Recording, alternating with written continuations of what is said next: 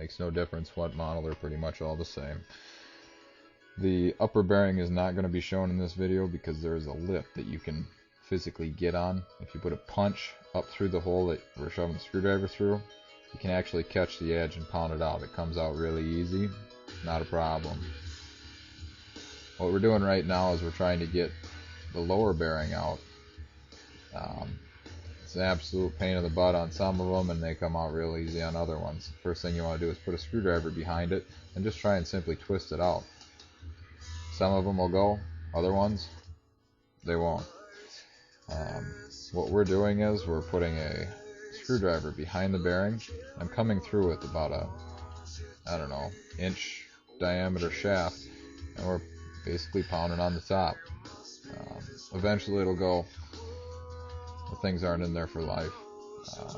Sometimes they're a pain. You just got to deal with it. But when it does start to go, it actually comes out pretty nice. Like that one did right there. This next picture that you're going to see is the actual replacement bearings for the all balls. On the left you can see the lower bearing, it's bigger. The upper bearing, it's right there in the center, and the dust seals. The larger dust seal is for the bottom, and the smaller dust seal is for the top. You want to put grease on everything. I actually put grease inside the neck tube just to prevent any type of corrosion. It's not going to hurt nothing, but I also save the races that come out of the neck, and I use them to pound on. They turn into my bearing drivers for my installations. A little bit of grease goes a long way, so feel free to put a little bit of grease on the outside of that lower bearing race.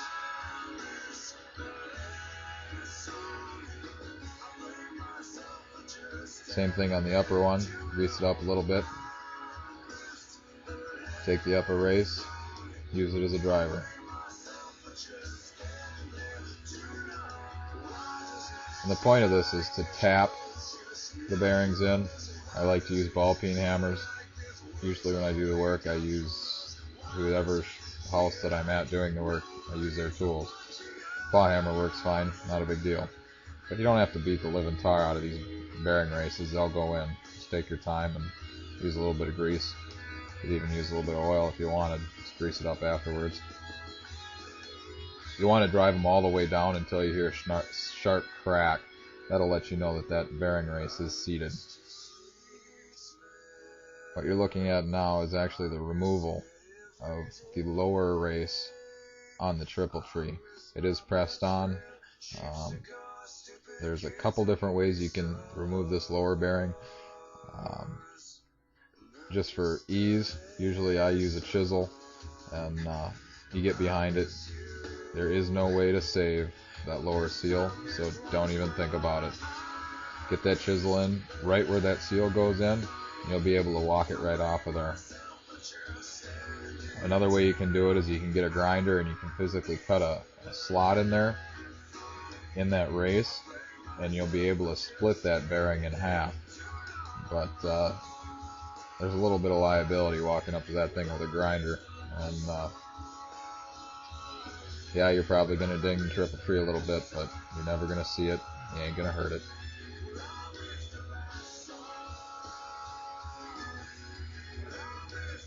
This task right here isn't the easiest either, so don't feel bad if it takes you a little bit. This bearing came off pretty decent, and it's the vibration that moves the bearing. It's not how hard you hit.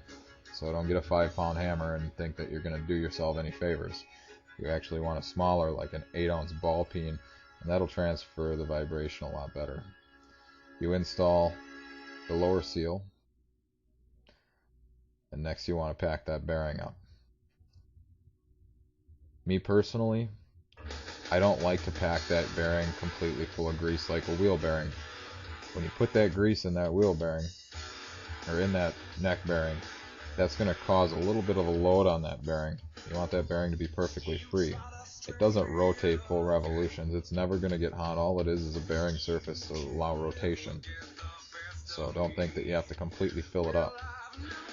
When you pound the bearing on, you need to find a good spot to put it. You can see how he tried to put it on there a couple ways. You want to make sure that you're pounding directly on that steering stem shaft. You don't want to transfer the force through that lower tree, the aluminum part. A good way to hurt something. We've got the base of that steering stem right on that piece of wood. I also have a driver tool. It's nothing more than a piece of pipe, and I ground an angle on it so it would mate on the face of that bearing. You don't want to hit that cage and the rollers. Make sure that you grind it up so it fits to the inside of that cage. You can see my little taper and how it fits right in there.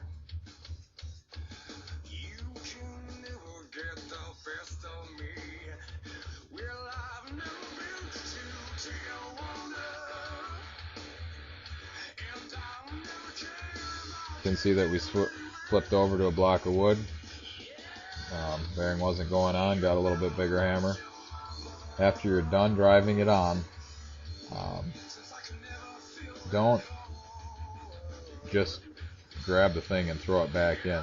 Wipe the grease off of that outer. Make sure that you didn't damage the bearings. If you did damage that upper race and it does not move freely, or you can see a ding or a dent, you might as well just get another bearing. It's not worth the chance. It's not worth the risk.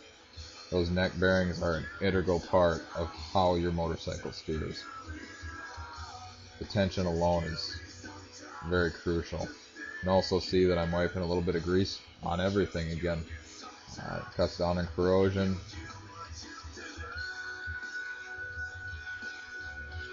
I didn't see it in the video, but I did wipe a little bit more grease on the outside of that bearing. Now that you've got the lower bearing installed, slide the triple tree up through the neck, and you slide that bearing over the top.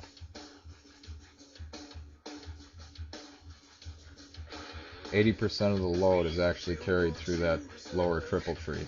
The upper triple tree really only keeps those forks from moving around and bending, but the weight of the bike is physically sitting on that lower tree. Once you get that bearing set on there, you want to come back in and you want to put the seal on it. Make sure that that seal lip slides down.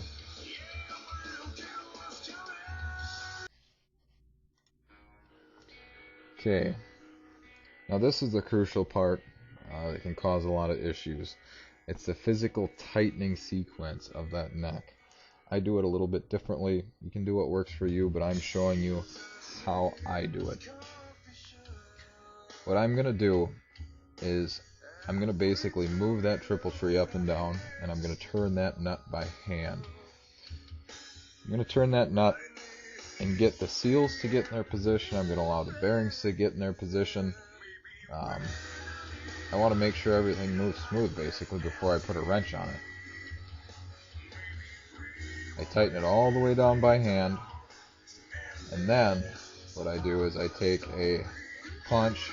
I've got my file that I built for this, and I actually over tighten those neck bearings, and that gives those inner races that you pounded into the neck, gives them a chance to seat. And I rotate that lower tree after I tighten it down a little bit tighter than I want. I rotate that tree, and that gives the grease a chance to move out of the way. It also allows those inner races to seat. Now you'll see me loosen it up.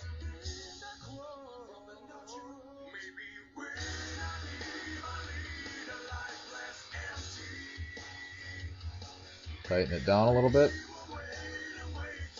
Now I loosen it up one more time. Everything feels pretty decent. Now this is the crucial part. What you're going to see me do is you're going to see me tighten it all the way down by hand, which I just got done doing. Then I take and I put a mark on it. I basically time the neck portion, the steering stem, to that nut. I separate those two marks an 1/8 inch tighter than hand tight.